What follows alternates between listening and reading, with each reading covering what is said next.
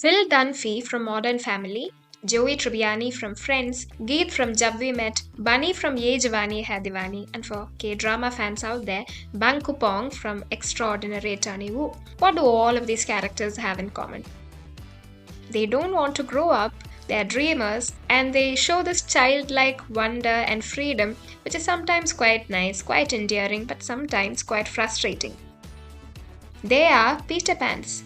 Remember Peter Pan from our childhoods? That free spirited, mischievous young boy, the leader of Lost Boys, who has an eternal childhood and has fun adventures in the mythical island of Neverland? Yes, that Peter Pan. And similar to how Peter Pan symbolizes innocence and escapism, the characters I mentioned are also cultural icons representing innocence and escapism. Here's a mind blowing fact. You know who else is supposed to be a Peter Pan? Adolf Hitler. I'll get to that in a minute, but for now, Namaste Namaskaram wherever you are. This is your host Pavana, and you are listening to Culture Speak.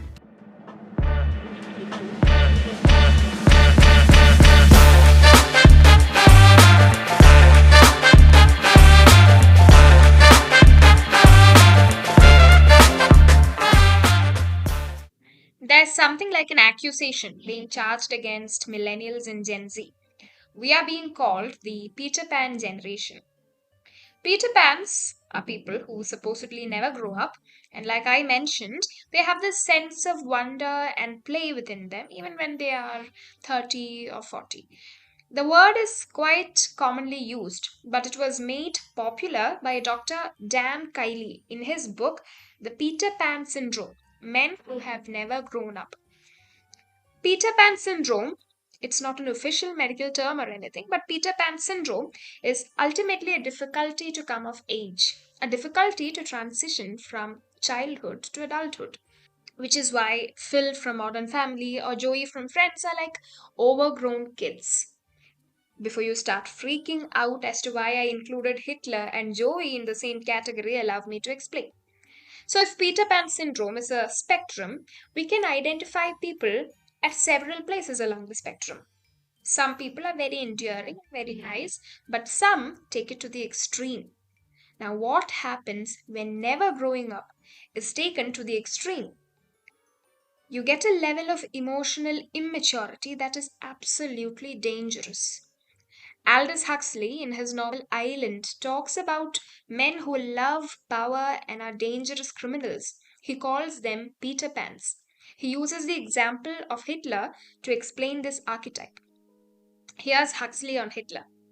Adolf was too shy and uncertain of his manhood, and all the time incapable of steady work, at home only in the compensatory other world of his fancy.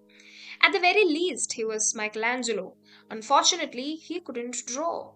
His only gifts were hatred, low cunning, a set of indefatigable vocal cords, a talent for non stop talking at the top of his voice from the depths of his Peter Panic paranoia.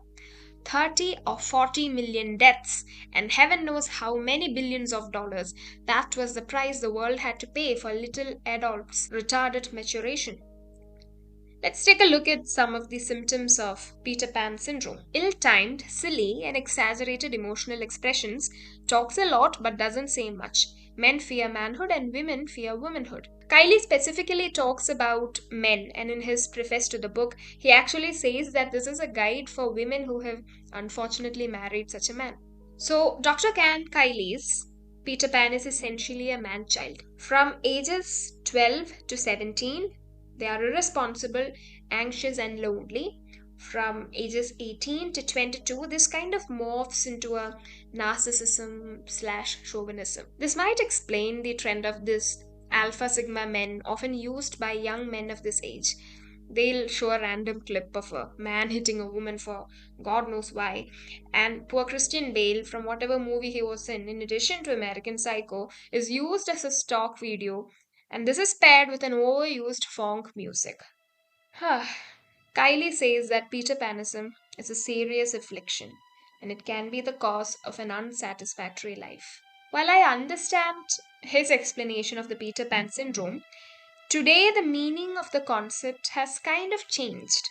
And anyone who delays the supposed traditional milestones of adulthood, like marriage or starting a family, they are called Peter Pans.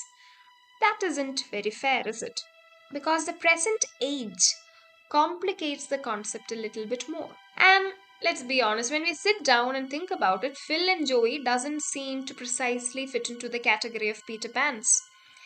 They have risen to the occasion when the situation demanded it. Joey was surprisingly mature and responsible at several moments in Friends. I mean, remember, he helped Phoebe get on a non vegetarian diet, and so as to balance off the world's meat consumption, he switched to vegetarianism instead. And when it came to his wife and kids, Phil has always been there, unwaveringly dedicated and responsible. They might be overgrown kids, but they are right there on the spectrum at the sweet spot where they show an incredible balancing act of playfulness and wisdom. Not all Peter Pans are like Hitler, and not all Peter Pans are like Phil and Joey either. All of us have trouble coming of age, but it is said that it is specifically millennials and Gen Z who have trouble transitioning from childhood to adulthood. Apparently, these generations delay traditional rites of passage into adulthood compared to previous generations. Now, what are these rites of passages? Things like moving out. Like more millennials now live with their parents into their 20s and even 30s compared to Gen Xers or baby boomers who tended to move out and be self sufficient at a younger age. Now, within millennials and Gen Z, the average age to get married and have children is higher than the previous generations. They are postponing starting families. They switch jobs more frequently and take longer to settle into lifelong career paths. They prefer to keep their options open, and more traditional career ladders have been replaced by what we call patchwork experiences. And they tend to spend their money on experiences such as travel instead of traditional adult expenses. They prioritize adventures over settling down. They also tend to focus more on self growth. They delay these supposed traditional milestones to focus on self improvement and nurturing their interests and identities. The current generation's approach to adulthood is far more fluid. It's not a fixed end goal. The question arises, are they Peter Pans, or is the definition of what it means to be an adult changing? We are using the standards from a completely different era and generation as yardsticks of adulthood today. That simply doesn't work. The economic realities are completely different. We are managing multiple global crises, all fitting within a short span of time. A pandemic, wars, recession, the rise of AI, the climate crisis. It's not realistic to aspire to the typical markers of adulthood, such as marriage, having kids, and home ownership, total financial independence, against this backdrop where everything seems to be crumbling. Is showing that you can stick to timelines and conform to the standards of society what makes an adult? Is getting married or having a stable job that makes an adult? Is checking all these boxes that makes an adult? If the world keeps changing, why do our standards remain the same? In today's dynamic world, adulthood will look different to each individual. Like Phil and Joey, you can be playful and silly and passionate, yet responsible and wise. Instead of looking at adulthood on the basis of milestones, maybe we should try a mindset approach. Maybe adulthood is not about getting married or finding your dream career before you're 25. It can be about being responsible for yourself, showing accountability when you're wrong, and showing the willingness to change and grow as an individual.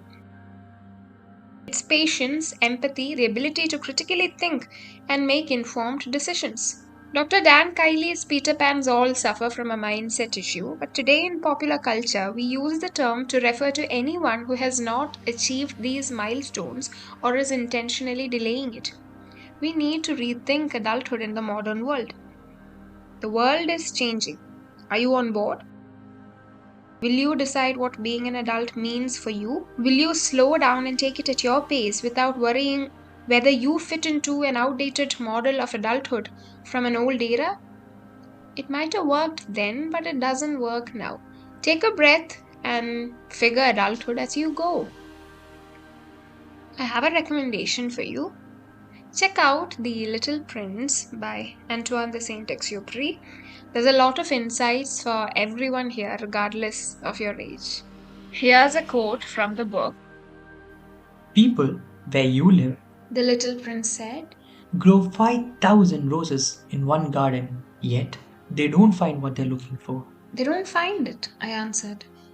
And yet, what they're looking for could be found in a single rose or a little water. Of course, I answered. And the little prince added, But eyes are blind. You have to look with the heart. That wraps up this week's episode of Culture Speak. I hope you're finding value in this podcast series. Thank you for listening. See you next time. A rich man's world.